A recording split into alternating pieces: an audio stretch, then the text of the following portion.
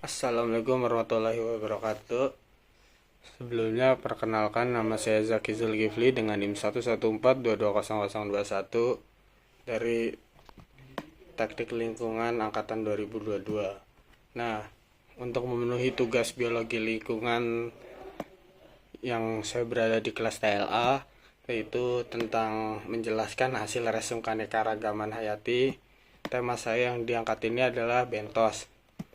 Nah, sedikit intermezzo aja. Bentos ini merupakan sesuatu mikroorganisme atau organisme yang mendiami dasar perairan. Entah yang bukan melayang. Kalau melayang itu kan namanya plankton. Nah, yang di bawahnya itu namanya bentos. Gitu. Nah, isu yang akan saya angkat ini dari oh iya, sebelumnya juga dari keanekaragaman bentos itu dapat ditemukan di lamun, terumbu karang, dan mangrove juga bisa di ekosistem mangrove. Nah, jadi saya masuk dulu ke awal, yaitu kondisi dari keanekaragaman bentos. Seperti pada organisme-organisme lain, bentos itu sangat dipengaruhi oleh parameter lingkungan, entah itu DO, BOD, TSS, TDS, COD, pH, salinitas.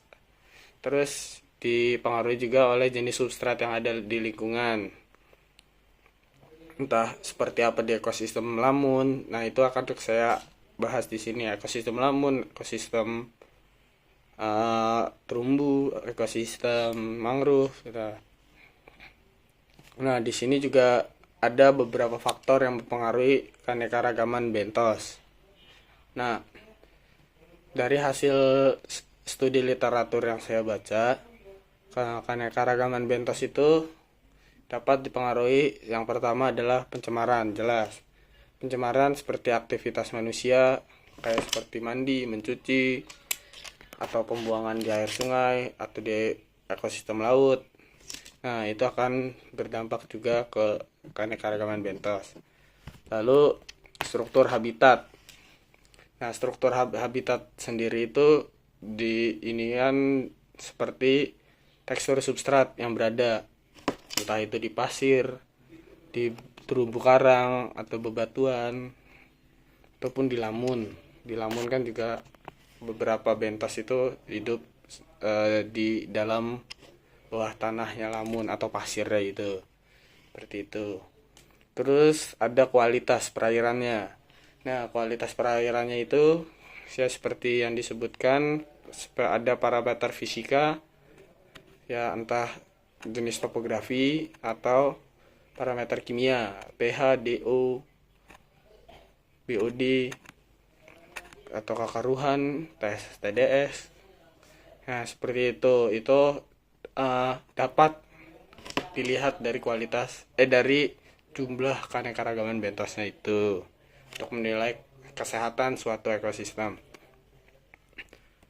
Nah, lalu ada penutupan lahan.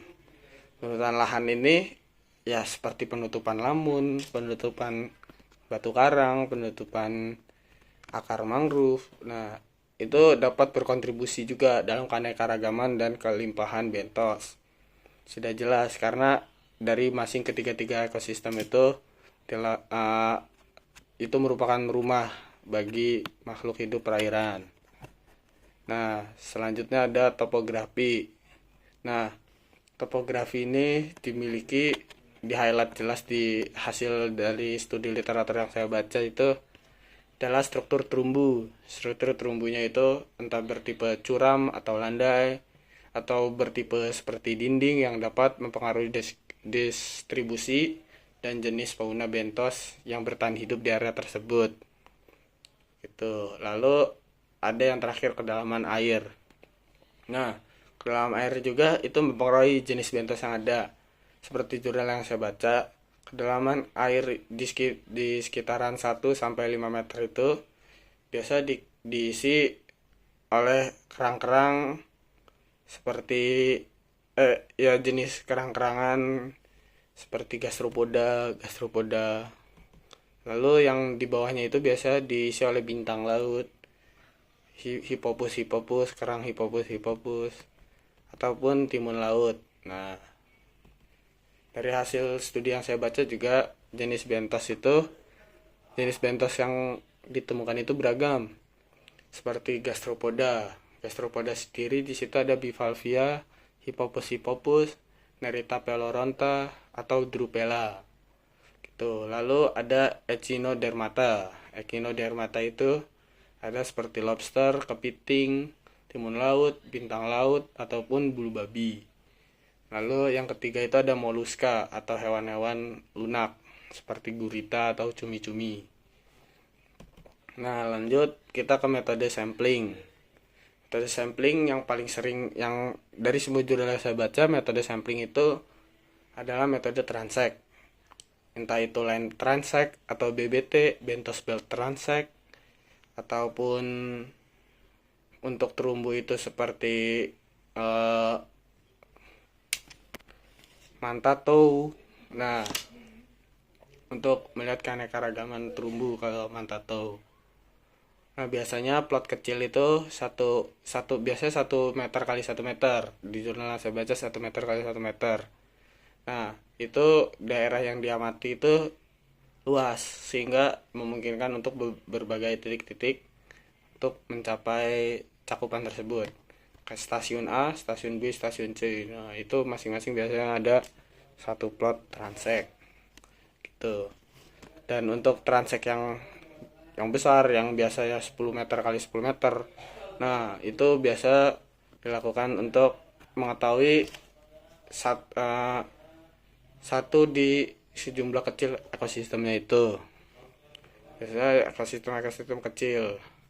Ya, kayak seperti di terumbu ataupun lamun yang tidak bisa dihitung semua, jadi harus dihitung dalam satu transect. Nah, biasanya itu transectnya itu menggunakan transect 10 meter kali 10 meter. Nah, biasanya juga untuk megabentos, teruntuk apalagi spesial untuk megabentos itu bisa menggunakan bentos belt transect atau BBT gitu. Nah, dari analisis data. Nah, analisis data dari keanekaragaman bentos ini dilakukan untuk mencari nilai indeks keanekaragaman. Ya, bisa untuk indeks pemerataan juga dan indeks dominansi di setiap ekosistem. Digunakannya analisis data ini juga karena untuk mencari tingkat keanekaragaman bentos di setiap perairan guna untuk mainkan dengan faktor lingkungan yang ada di perairan tersebut. Nah, biasanya semakin sedikit bentos yang mendiami di lokasi daerah tersebut, maka lingkungan tersebut memiliki dominansi yang rendah. Nah, dominansi yang rendah itu berefek karena faktor sumber makanannya itu kurang banyak ataupun sedikit, bisa dibilang itu. Nah, indeks dominansi itu juga diperlukan untuk mengetahui jumlah kestabilitasan suatu keanekaragaman yang ada di perairan. Karena balik lagi, hal ini dilakukan karena organisme itu terus memperebutkan sumber makanan yang ada untuk keberlangsungan hidup. Nah, sekian yang bisa saya sampaikan. Jika ada yang kurang, boleh langsung ngomong di komentar aja di bawah. Oke. Terima kasih. Assalamualaikum warahmatullahi wabarakatuh.